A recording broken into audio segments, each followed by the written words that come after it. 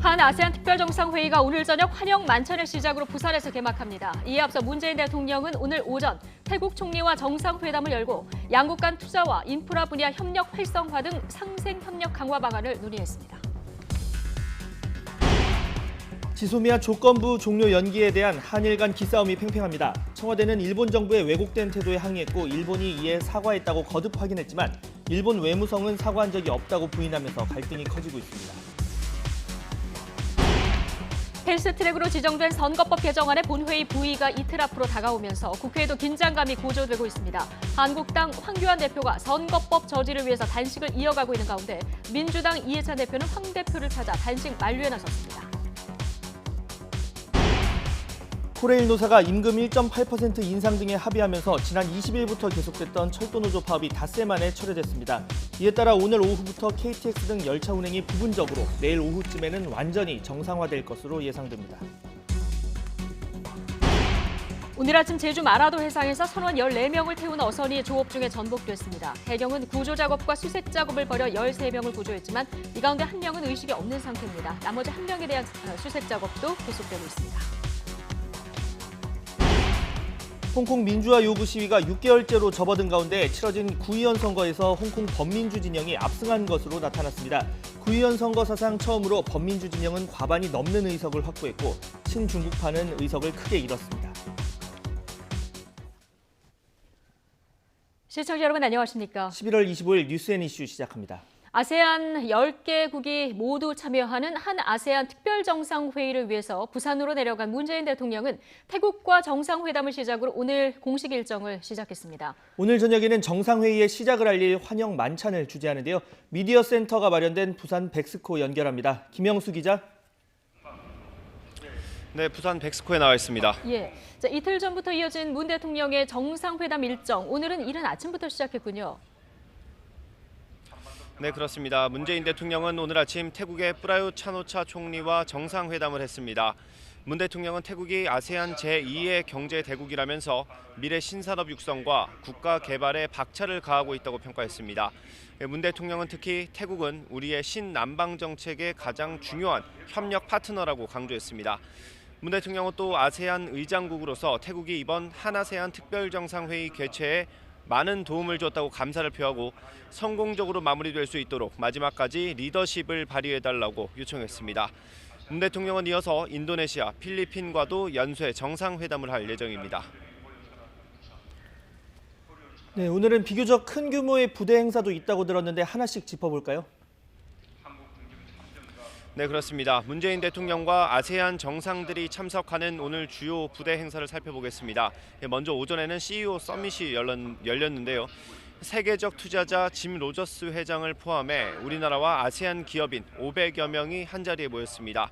청와대 관계자는 앞서 이 행사 참석자를 소개하면서 우리가 알고 있는 대기업들이 대부분 참석한다고 설명하기도 했습니다. 기업인들이 많이 모이는 만큼 한 아세안 국가 기업들의 네트워크를 확대하는 자리가 될 것으로 보입니다. 잠시 뒤에 시작되는 문화혁신 포럼에는 방탄소년단, BTS의 기획사 방시혁 대표와 넷플릭스의 CEO 리드 헤이스팅스 같은 문학의 큰손들이 참석합니다. K-팝으로 문화 콘텐츠 시장을 이끄는 우리나라 성공 사례를 공유하고 글로벌 기업의 노하우를 나눌 예정입니다. 네, 말씀하신 다양한 행사들이 마련되어 있습니다만 무엇보다 오늘의 하이라이트라고 하면 환영 만찬이겠죠? 네, 그렇습니다. 한 아세안 정상들이 모두 모이는 공식 일정인 만큼 환영 만찬으로 한 아세안 특별정상회의에 막이 오르는 것으로 보면 될 것 같습니다. 문 대통령이 주재하는 만찬에는 개인 사정으로 참석하지 못하는 캄보디아 훈센 총리를 빼고 아세안 9개 나라 정상이 모두 참석할 예정입니다.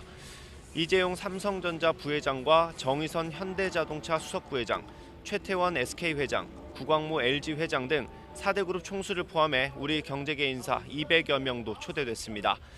이 자리에서 한 아세안의 구체적인 경제 협력 논의도 활발하게 이뤄질 것으로 보입니다. 정상들의 만찬 때마다 메뉴가 화제가 되는데요. 오늘은 산의 맛, 바다의 맛, 땅의 맛이라는 주제로 음식이 준비되고 평화와 동행, 번영이라는 의미도 담았다고 청와대는 설명했습니다.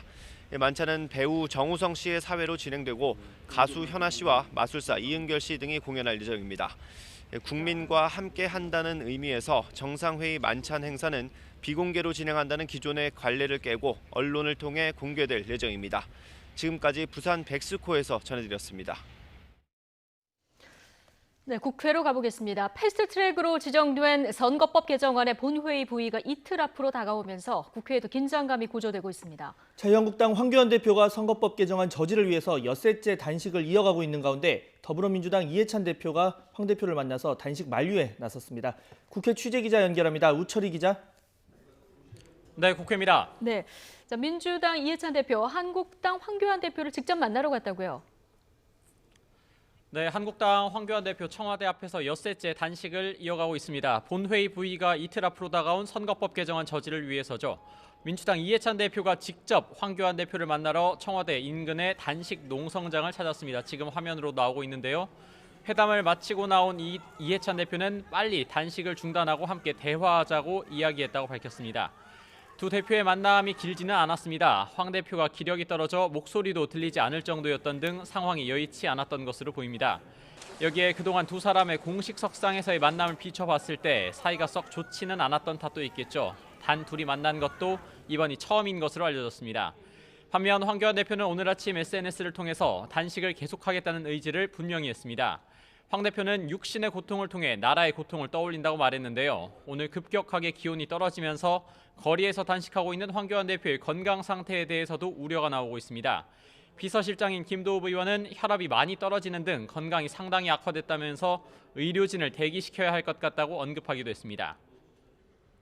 네, 선거법 개정안 본회의 부의를 이틀 앞두고 이 국회의장 주재로 여야 3당 원내대표 회동도 진행이 되는데 의견 차가 좀 좁혀질 수 있을지 현장에서 보는 관측 어떻습니까? 네, 안 만나는 것보다는 낫겠죠. 하지만 워낙 의견 차가 크다 보니 당 대표선에서도 합의가 쉽지 않은데 원내대표 회동도 사정은 별반 다르지 않을 것 같습니다.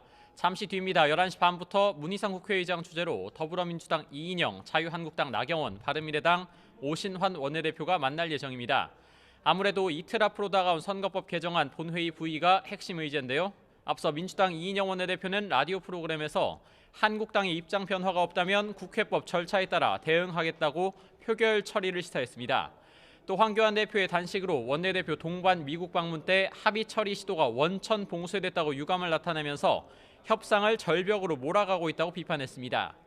반면 한국당 나경원 원내대표는 공수처법과 선거법은 패스트트랙에 올려둔 상태로 계속 협상을 하자는 건 있을 수 없는 일이라며 원점에서 다시 시작해야 한다고 촉구했습니다. 한국당은 지금 의원직 총사퇴, 무제한 토론인 필리버스터 등 각종 대응책을 검토하면서 결사 저지를 외치고 있어서 협상이 쉽지는 않은 상황입니다.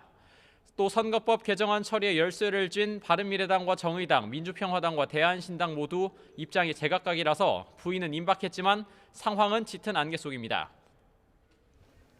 네, 지금 지소미아 조건부 종료 연기를 두고도 입씨름이 여전하다고요?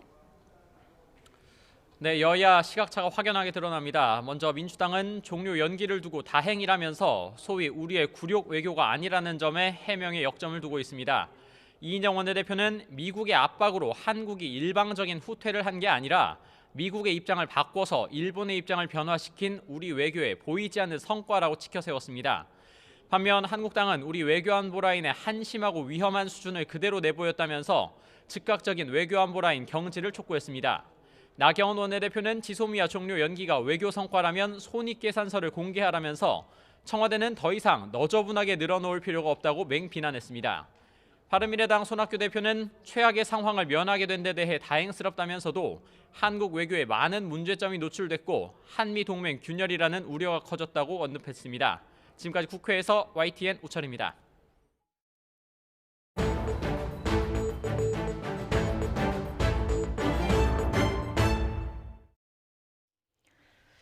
네, 지소미아 문제가 봉합된 지 이틀 만에 우리나라와 일본 사이에서 설전이 또 오가고 있습니다. 한일 정상회담 계획까지 거론하면서 대화가 물꼬를 트는가 했는데 어제 청와대가 일본의 태도에 대해서 강하게 불만을 나타냈고 일본 외무성도 일본이 사과했다는 청와대의 발언이 사실이 아니라고 부인하면서 지금 갈등이 다시 커지고 있는 양상입니다. 지소미아 합의 이후 양국의 신경전을 취재기자와 함께 좀 더 자세히 알아보겠습니다. 장하영 기자. 네, 통일외교안보부입니다. 예, 먼저 어제 정의용 청와대 안보실장의 발언부터 좀 살펴보죠. 부산에서 기자들을 만나서 한 이야기죠. 네, 오늘부터 한아세안 특별 정상회의가 열리기 때문에 청와대 관계자들과 기자들이 부산으로 많이 움직였는데요. 어제 정의용 청와대 안보실장은 이 회의가 아닌 지소미아에 대한 발언을 작심한 듯이 쏟아냈습니다. 트라이미, 번역하면 우리를 시험해봐라, 이런 이야기를 했는데요. 일본이 계속 터무니없이 주장하고 자극하면 어떤 행동을 할지 모른다는 경고성 말이라고 부연했습니다. 또 다른 청와대 고위 관계자는 일본은 아무것도 양보하지 않았고 미국이 매우 강경했기 때문에 한국이 물러났다고 보도된 이 아베 신조 일본 총리의 발언을 문제 삼았습니다. 일본 정부의 지도자로서 과연 양심을 갖고 할 수 있는 말인지 되묻지 않을 수 없다. 이런 센 발언을 내놨습니다. 네. 자, 그런데 이 지소미아 합의 당일에도 두 나라의 말이 엇갈리면서 갈등의 조짐이 좀 있지 않았습니까? 네, 일단 지소미아 종료 시한 당일이었던 지난 금요일 오후 청와대가 지소미아와 관련한 입장 발표를 오후 6시에 할 거라고 밝혔습니다. 예. 그런데 그보다 1시간 앞서 NHK가 한국이 지소미아 종료를 안 하겠다고 통보했다. 이런 내용을 속보로 전합니다. 일단 두 나라가 양해 사안에 대해 동시에 발표한다는 모양새가 무너졌고 실제로 일본은 청와대의 관련 발표 시간보다 7, 8분 정도 뒤에 경제산업상에서 기자회견을 했습니다. 발표 내용 잠시 들어보시죠. 韓国側が輸出管理の現状の問題点について改善に向けた意欲を示していると受け止めることができると判断しております。 네, 한마디로 지소미아와는 상관없이 한국이 수출 관리 개선 의지를 보이니까 일본이 받아준다 이런 내용입니다. 예. 그 뒤에 한 일본 기자가 이번 수출 규제 관련해서 일본 발표가 이 한국의 지소미아 종료를 조건부로 연장한다는 발표와 시점이 겹치는 건 왜인지 질문하는데요. 요이치 부장은 우연일까 뭐라고 표현해야 할지 모르겠다면서 둘 사이의 연관성을 부연했습니다. 그랬군요. 근데 바로 다음 날 일본에서 두 나라 외교장관이 만났는데요. 여기서 사과를 했느냐 마느냐 이 문제를 두고도 지금 양국 입장이 다른 상황이에요. 네, 그제 강경화 외교부 장관과 모테기 도시미스 일본 외무상이 만났습니다. 이 자리에서 우리 정부의 항의가 있었고 그에 대해 일본이 사과를 했다는 게 청와대 입장입니다. 우리 정부가 문제 삼은 부분은 일본 경제산업성 발표가 사전에 조율한 내용과 달랐던 점이었는데요. 네. 일본은 세계 품목에 대한 개별 심사 방침에 변함이 없다 이렇게 말을 했지만 실제 양해 내용을 살펴보면 세계 품목에 대해서 한일 간의 건전한 수출 실적의 축적 및 한국 측의 적절한 수출 관리 운용을 통해 재검토가 가능해진다는 것입니다. 외교부는 이에 대해서 지금 개별 허가 상태인 규제 품목에 대해 신뢰성이 제고되면 포괄 허가를 받을 수 있도록 이 방향성을 설정한 것이라고 설명한 바 있습니다. 예. 아무튼 이런 청와대 발언이 나오자 일본 외무성은 사과를 한 일이 없다 이렇게 맞받았습니다. 여기에 우리 청와대가 다시 나서서 분명히 밝히지만 우리는 일본에 항의했고 일본은 사과했다고 강조했습니다. 예. 자, 한일 양국이 합의를 하고도 지금 계속 신경전을 벌이는 모습인데요. 앞으로 어떻게 될까요? 합의가 없었던 일로 될 가능성도 남아 있습니까? 네, 말 그대로 양국이 신경전을 벌이고 있습니다. 일본 정부는 앞서 신문 보도를 통해 일본 외교의 승리, 퍼펙트 게임이라는 표현으로 이번 지소미아 사태를 평가를 했는데요. 예. 이에 대해 청와대는 어제 원칙과 포용의 우리 외교가 판정승했다고 평가했습니다. 퍼펙트 게임, 판정승 이런 말로 서로가 이겼다고 자평을 하고 있는 겁니다. 정의용 실장은 이번 지소미아 종료 통보 효력 정지 조치가 최종 합의가 아니고 앞으로의 협상은 일본의 태도에 달려있다고 강조했습니다. 지소미아 연장 조치를 철회할 수도 있다는 점을 명확히 한 겁니다. 하지만 그동안 지소미아와 관련한 미국의 압박 그리고 앞으로 한미 관계 등을 고려해보면 실제 이 결정을 철회하기는 무척 힘들어 보입니다. 일본 또한 미국의 압박이 있을 것이기 때문에 이대로 수출 규제를 유지하기 힘들고 실제로 개별 허가 등을 통해서 규제 품목을 사실상 수출하고 있습니다. 앞으로 강제징용 문제를 어떻게 푸느냐 등을 놓고 한일 사이에 계속 논의가 있어야 할 걸로 보입니다. 이 때문에 이 같은 양국의 강경 발언과 자평은 국내 정치를 고려하고 또 앞으로의 논의에서 우위를 차지하기 위한 수싸움으로 분석이 됩니다. 지금까지 통일외교안보부에서 전해드렸습니다. 네, 도널드 트럼프 미국 대통령의 과도한 방위비 인상 요구가 한미 동맹의 위험 요소가 되고 있다는 지적이 미국 내에서 잇따르고 있습니다. 미국 정부의 막판 압박 등으로 지소미아 조건부 종료 연기라는 급한 불은 껐지만 한미 관계의 살얼음판은 여전하다는 지적입니다. 워싱턴 강태욱 특파원입니다. 우리 정부의 지소미아 조건부 종료 연기 결정에 대해 미국 국무부는 환영과 함께 한미일 3자 안보 협력을 강조했습니다. 또 두 나라 분쟁을 안보 사안으로 확대하지 말라는 경고를 내비치면서도 분담금 협상은 다른 문제인 것처럼 다루고 있습니다. 트럼프 행정부 당국자들은 트럼프 대통령의 뜻에 따라 방위비에 대해서는 과도한 요구가 여전합니다. 천병 역할을 하는 마크 에스퍼 국방장관은 잊을 새도 없이 압박하고 있는 상황입니다. Look, as I said publicly the other day, South Korea is a wealthy country. They can and should contribute more. 이에 대해 지난 22일 뉴욕타임스는 사설을 통해 터무니없는 요구라며 강도 높게 비판했습니다. 워싱턴 포스트도 현지 시각 24일 오랜 동맹인 한미 간 불화가 가중돼 왔다면서 배은망덕한 국가들이 빚을 다 갚아야 한다는 트럼프 대통령의 관점에 마찰의 원인이 있다고 지적했습니다. 그러면서 한국이 108억 달러에 달하는 평택 미군기지 건설 비용의 90%를 부담한 사실을 트럼프 대통령이 완전히 무시하고 있다고 꼬집었습니다. 조지 W. 부시 행정부 시절 국무부 부장관을 지낸 리처드 아미티지와 백악관 국가안보회의 보좌관을 지낸 빅터 차는 워싱턴 포스트 기고문을 통해 66년간 이어진 한미 동맹이 깊은 곤경에 빠진 상태라고 우려했습니다. 이들은 트럼프 대통령이 방위비 협상 실패를 구실로 주한미군 감축이나 철수를 결정할 수 있다며 그럴 경우 미국 외교 정책의 재앙이 될 것이라고 경고했습니다. 워싱턴에서 YTN 강태욱입니다. 한 아세안 특별 정상회의를 위해서 부산을 방문하고 있는 문재인 대통령이 주요 부대 행사 가운데 하나인 문화혁신 포럼에 참석을 했습니다. 문 대통령은 이 자리에서 이 K-팝으로 문화 콘텐츠 시장을 선도하는 우리의 성공 사례 그리고 아세안 국가들의 무한한 잠재력을 결합하자 이렇게 강조를 할 것으로 보이는데요. 문 대통령 잠시 뒤 환영사를 통해서 한류와 또 아세안 문화의 교류 협력을 강조할 예정입니다. 현장 한번 연결해서 문 대통령의 말 직접 들어보시겠습니다. 소년단을 배출했고요. 세계 음악 시장을 선도할 주역으로 큰 주목을 받고 있습니다. 네, 지금 현장 상황 보고 계신데요. 지금 그 아세안 정상들 가운데는 태국, 라오스, 미얀마 정상이 참석을 한 상황이고요.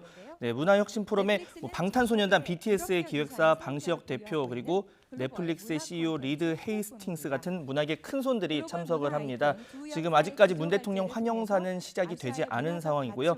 자, K-팝으로 문화 콘텐츠 시장을 이끄는 우리나라 성공 사례를 아세안 국가들과 공유하고 또 글로벌 기업의 노하우도 나눌 예정인데요.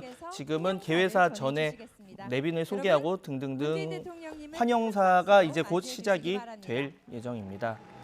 지금 문재인 대통령이 환영사를 위해서 지금 단상에 오르고 있는 장면을 보시고 계십니다.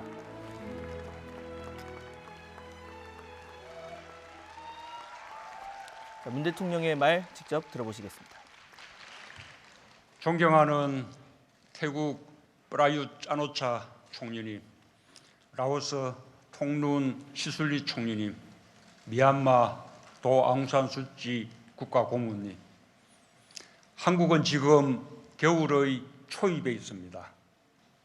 과거 동아시아는 여름의 남서풍과 겨울의 북동풍이란 계절풍을 이용해 겨울 바닷길을 오갔습니다. 북동풍의 계절은 동북아가 동남아를 향해 항해하는 계절이었습니다. 오늘 동남아로 향하는 관문 부산에서 한반도의 오랜 조상들이 그랬듯 아세안을 만나는 설렘으로 한 아세안 문화혁신 포럼에 오신 아세안 정상들을 뜨겁게 환영합니다.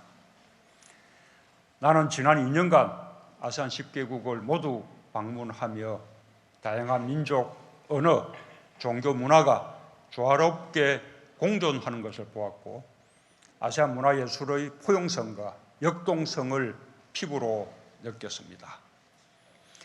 아세안의 향신료가 세계인의 식탁과 교육의 역사를 바꿔놓았듯 10개 나라의 색과 멋이 입혀져 다채로운 문화의 향연으로 변모한 K컬처는 새로운 문화 콘텐츠가 되었고 아시안 국가의 콘텐츠 시장은 매년 8% 이상 성장하며 미래 세대의 꿈을 담아내고 있습니다. 아세안의 문화는 다양하면서도 조화롭습니다. 아세안의 문화가 더 많이 알려질수록 세계인의 삶은 그만큼 더 풍요롭고 행복해질 것입니다. 아세안의 문화는 이미 세계적이며 잠재력이 무궁무진합니다. 1978년 필리핀 가수 프레디 아길라가 모국어인 타갈로그어로 부른 아나악은 한국 국민은 물론 세계인의 사랑을 받았습니다. 태국의 아피차퐁 감독은 2010년 칸 영화제 황금종려상을 수상해 아시아 영화의 역량을 세계에 알렸습니다. 아세안 정상 여러분, 아세안과 한국이 만나면 아세안의 문화는 곧 세계 문화가 될 수 있습니다. 저는 오늘 K컬처에서 아세안 컬처로 세계를 향해 함께 나가자고 제안합니다. 한국은 1990년대 시작된 한류의 힘을 바탕으로 세계 7위의 콘텐츠 강국으로 발돋움했습니다. 문화 콘텐츠 수출은 최근 5년간 연평균 16% 이상 성장하며 지난해 수출 100억 불을 달성했습니다. 한류의 시작은 아시아였습니다. 가장 한국적인 콘텐츠를 아시아가 먼저 공감해 주었고 아세안이 그 중심에 있었습니다.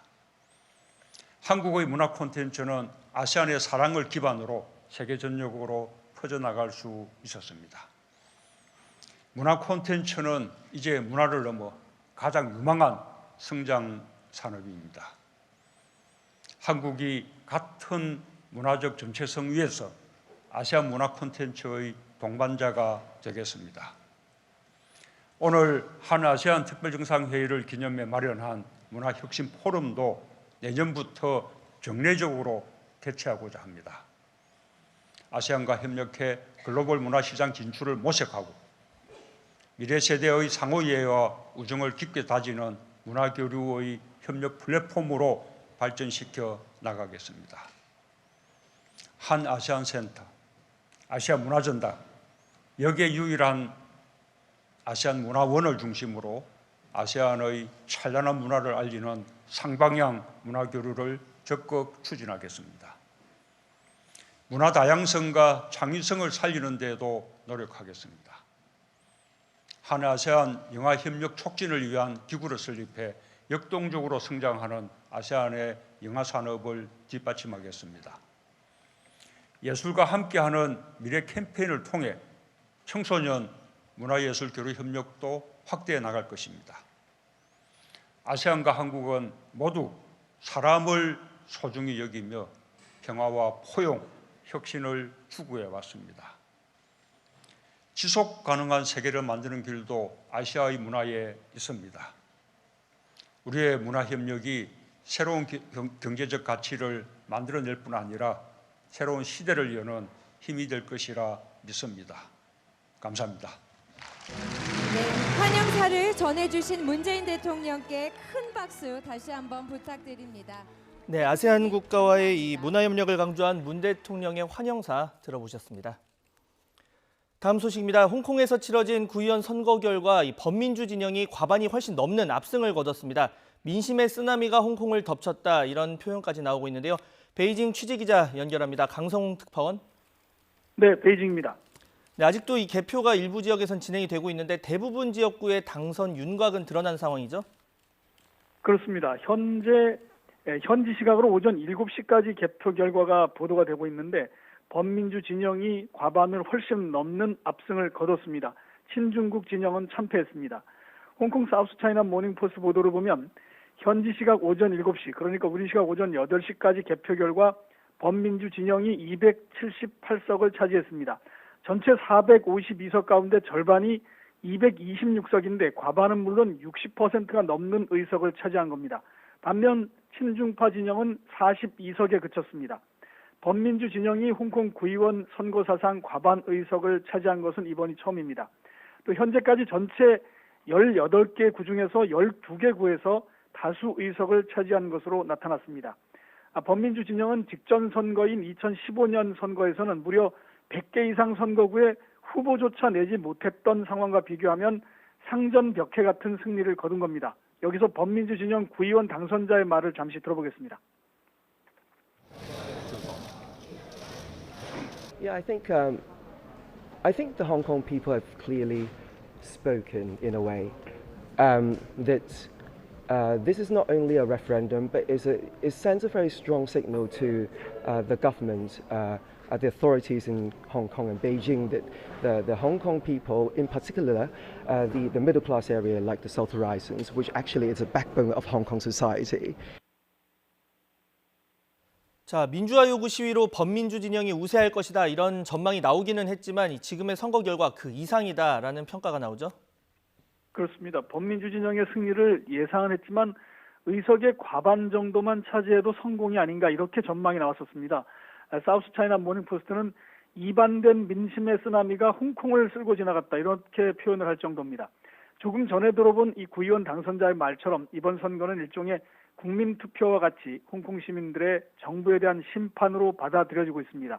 등록 유권자가 413만 명으로 가장 많았고 또 이 가운데 294만 명, 비율로는 71.2%라는 홍콩 구의원 투표 사상 최고의 투표율을 기록했습니다. 무엇보다 유권자들이 홍콩의 민주화 요구를 지지했고 또 기성세대들도 홍콩의 미래를 위해서 범민주 진영에 많은 표를 던진 것으로 볼 수 있겠습니다. 네, 비록 이 구의원 선거이긴 하지만 이번 선거 결과가 또 다시 홍콩의 민주화 시위 불씨를 살릴 수 있을까요? 현재에서는 어떻게 보고 있습니까?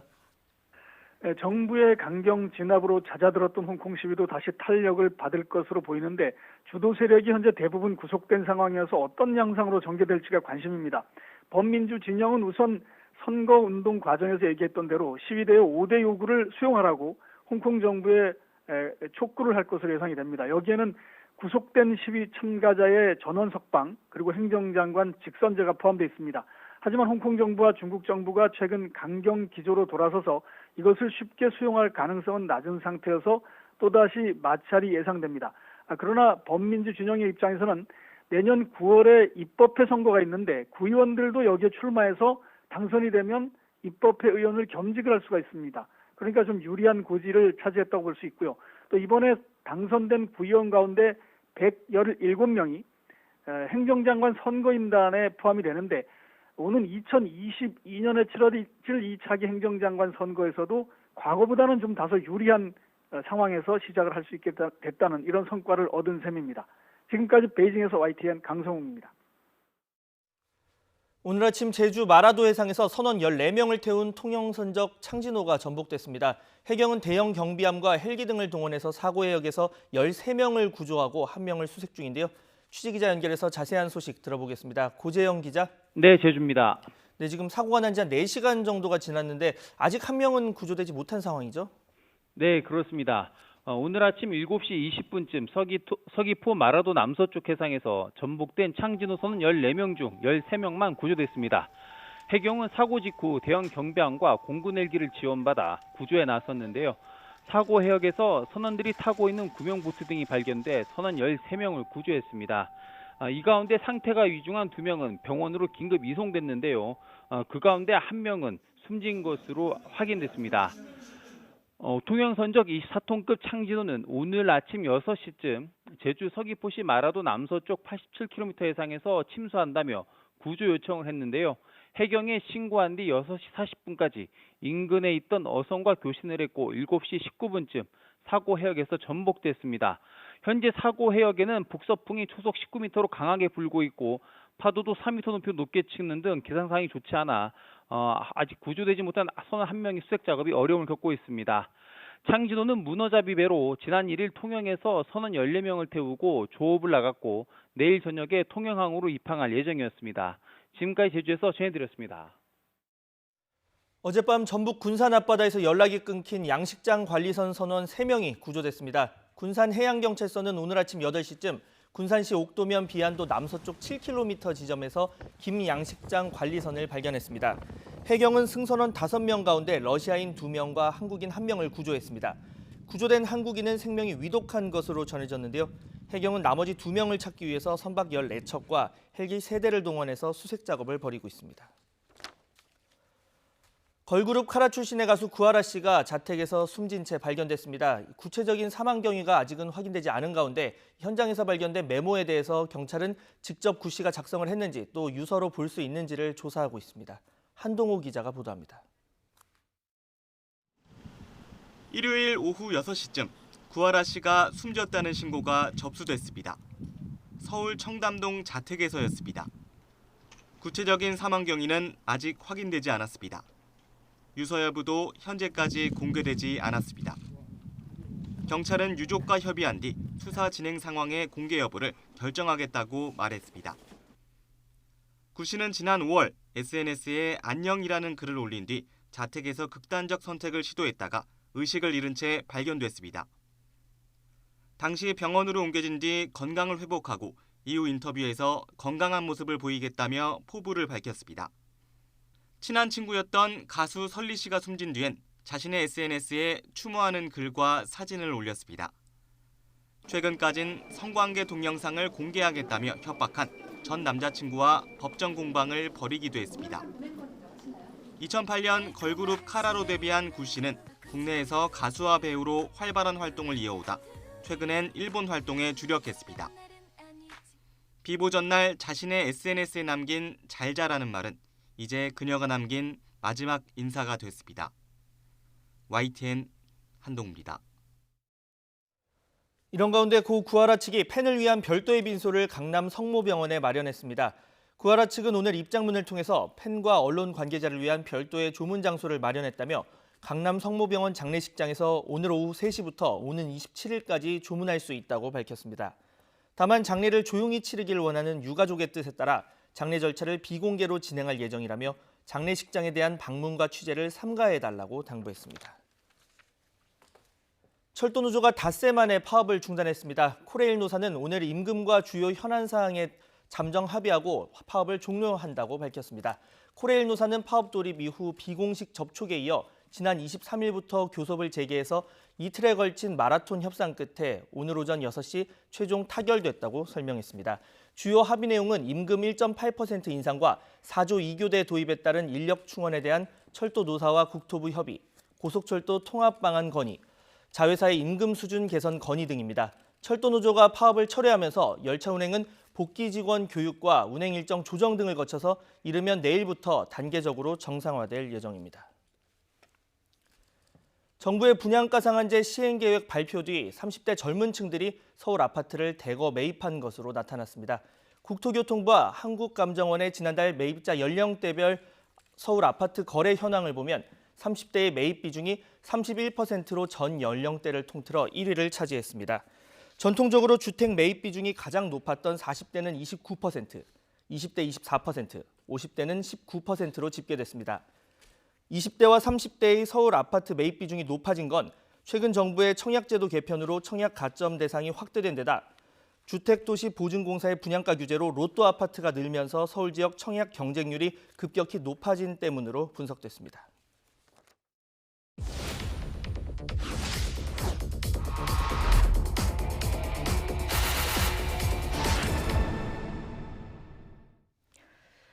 미국의 말기 암 환자가 개 구충제의 일종인 펜벤다졸을 먹고 암을 치료했다는 사연이 알려지면서 전 세계적으로 펜벤다졸 논란이 일고 있습니다. 국내에서도 말기암 환자들의 마지막 희망처럼 여겨지면서 펜벤다졸 품귀 현상까지 벌어졌는데요. 정부가 나서서 임상 시험을 해달라는 국민청원까지 등장했습니다. 팩트와이에서 사실관계를 따져봤습니다. 홍성욱 기자입니다. 강아지 구충제의 일종인 동물의약품 펜벤다졸. 기적의 항암제로 알려지면서 시중에서 쉽게 살 수 없을 정도로 품귀 현상이 일어나고 있습니다. 제품을 살 수가 있나요? 네, 살 수가 있는데요. 진짜 필요한 분을 못 드리잖아요. 펜벤다졸은 제품명이 아닌 성분 이름입니다. 2003년부터 펜벤다졸이 들어간 동물 구충제 42종이 수입되고 있는데 암 환자들이 찾는 건 이 가운데 2종류입니다. 최근 항암제로 사용하면 부작용 우려가 있어 정부가 일부 제품의 수입을 금지했다는 내용이 인터넷과 SNS상에서 돌고 있지만 확인 결과 사실이 아닙니다. 이게 동물의약품으로서의 문제가 있는 건 아니잖아요. 수입 금지를 할 명분이 없는 거죠. 이거. 사람이 먹을 목적이라는 걸 알고 펜벤다졸을 팔면 수의사법 위반이라는 지적도 있지만 현실적으로 암 환자들이 복용하는 걸 막을 방법은 없습니다. 폐암 투병 중인 개그맨 김철민 씨를 비롯해 유튜브에는 지금도 펜벤다졸을 먹고 증세가 호전됐다는 증언이 잇따릅니다. 그러나 대부분 다양한 치료 요법을 병행하고 있어서 펜벤다졸만의 효과라고 단정짓기는 어렵습니다. 너무 펜벤다졸만 고집하지 말고 병원에 주기적으로 피검사라든지 간 수치라든지 이걸 확인하면서 본인 몸에 맞게끔 하는 게 괜찮지 않을까 생각합니다. 완치됐다고 판단할 만한 사례는 국내에 아직 없고 간염 같은 부작용 우려도 크다는 게 의학계 공통된 견해입니다. 펜벤다졸을 먹다가 부작용이 발생하는 경우가 상당히 있다라고 지금 계속 보고가 되고 있고요. 시간이 지나면 종합이 되어서 아마 그 자료가 나올 수 있을 겁니다. 2018년 8월 국제학술지 네이처 산하 온라인 저널에 실린 펜벤다졸 관련 논문입니다. 펜벤다졸은 개의 몸에서 기생충이 영양분을 흡수하는 걸 막아 굶어 죽게 하는데 암세포에도 똑같이 작용합니다. 그런데 이건 약효를 내는 원리가 그렇다는 것일 뿐 인체에 미치는 영향을 확인하려면 반드시 임상시험을 거쳐야 합니다. 일부에서는 제약사들이 수익성 떨어지는 펜벤다졸을 항암제로 개발하지 않으려고 일부러 임상시험을 하지 않는다는 음모론도 나옵니다. 그러나 펜벤다졸이 아닌 사람에게 쓰는 구충제 성분으로 항암제를 만들기 위한 임상시험은 미국, 스웨덴, 이집트의 의료기관 5곳에서 이미 진행되고 있습니다. 펜벤다졸과 원리가 같은 사람용 구충제 성분으로 만든 항암제가 2-3년 아니면 시판될 거라는 게 전문가들의 전망입니다. 하면 할수있는데 굳이 할 이유가 없어. 굳이 할 이유가 없다. 강아지한테만 사용했던 거를 꼭 굳이 빨리 끝나면 2년, 3년 안에도 효과가 보고서 나오는 게 있을 수도 있어요. 그러나 지푸라기라도 잡고 싶은 암 환자들의 간절한 바람에 호응하고 국민 건강을 위협하는 부작용 가능성에도 대응하기 위해 보건당국이 더 적극적으로 펜벤다졸 논란을 검증해야 한다는 지적이 나옵니다. YTN 홍석입니다. 네, 빨간 바지의 승부사 김세영 선수가 LPGA 투어 시즌 마지막 대회인 CME 그룹 투어 챔피언십에서 우승하면서 상금 150만 달러를 획득했습니다. 고진영 선수는 공동 11위로 대회를 마쳤지만 상금왕과 최저 타수상 등 시즌 개인 타이틀을 싹쓸이했습니다. 보도에 김상희 기자입니다. 공동 선두로 모두가 연장전을 떠올리던 순간 마지막 18번 홀 김세영의 8m 버디 퍼트. 4일 내내 선두를 지킨 와이어 투 와이어 우승이자 상금 150만 달러를 품에 안는 잭팟의 순간이었습니다. 합계 18언더파를 기록한 김세영은 잉글랜드의 찰리 헐의 추격을 한타 차로 따돌리고 시즌 3번째 우승을 달성했습니다. 2015년 데뷔 이후 매년 1승 이상의 꾸준함을 이어온 김세영은 이번 우승으로 개인 통산 10승을 기록했습니다. LPGA 투어에서 두 자릿수 승수를 기록한 한국 선수는 지금까지 박세리와 박인비, 신지혜가 있었고 김세영이 네 번째입니다. Beginning year, I setting goals three times a win, so I'm very glad to reach my goal. So that's most satisfied. Yeah. 김세영의 우승으로 한국 선수들은 올 시즌 LPGA 투어 한 시즌 최다승 타이 기록인 15승을 달성하면서 시즌을 마감했습니다. 김세영이 우승 상금 150만 달러를 받으면서 단숨에 상금 총액이 275만 달러를 넘겼지만 상금왕 타이틀은 고진영의 몫이었습니다. 고진영은 11언더파 공동 11위로 약 6만 달러의 상금을 추가해 김세영보다 총 상금 약 2만 달러가 많아 시즌 상금왕에 올랐습니다. 고진영은 올해의 선수와 아니카 메이저 어워드에 이어 상금왕뿐 아니라 최저 타수상 등 주요 개인 타이틀 1위를 휩쓸었습니다. YTN 김사익입니다. 디즈니 애니메이션 영화 겨울왕국2가 스크린 독과점 논란에도 불구하고 주말 이틀 동안 300만 명의 관객을 동원하면서 흥행몰이를 하고 있습니다. 영화진흥위원회 통합전산망에 따르면 겨울왕국2는 이틀 동안 319만 8천여 명을 동원해 누적 관객 443만 명을 기록했습니다. 24일 기준으로 상영 점유율은 73.9%로 전날 극장 상영 영화 10편 가운데 7편 이상이 겨울왕국2였습니다.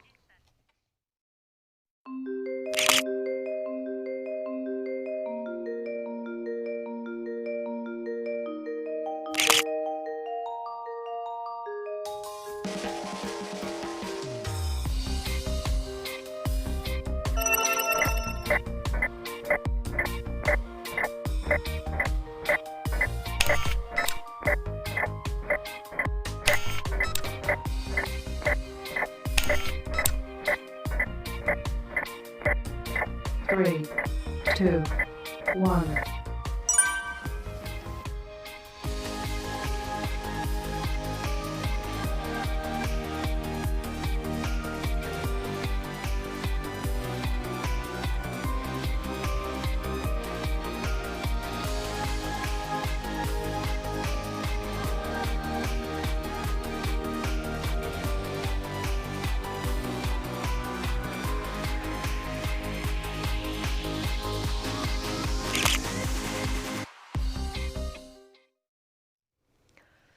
네, 한국당 황교안 대표의 단식 엿새째. 아침에는 민주당 이해찬 대표가 방문해서 만류하기도 했는데요. 단식을 풀기는 쉽지 않아 보입니다. 단식의 첫 번째 요구 조건 지소미아 조건부 종료 연기로 결론이 났습니다만 단식의 또 다른 조건으로 내건 선거법 부의 시점이 코앞으로 다가와서 지금 시점상으로 풀기도 좀 어려워 보이죠. 그나저나 선거법 개정안 여야 대립, 문희상 국회의장과 여야 원내대표 조금 전 만남을 시작했을 텐데요. 합의의 단초를 마련할 수 있을지 잠시 뒤 2부 전국 대담 코너에서 관련 내용들 좀 두루두루 짚어보겠습니다. 2부에서 뵙겠습니다.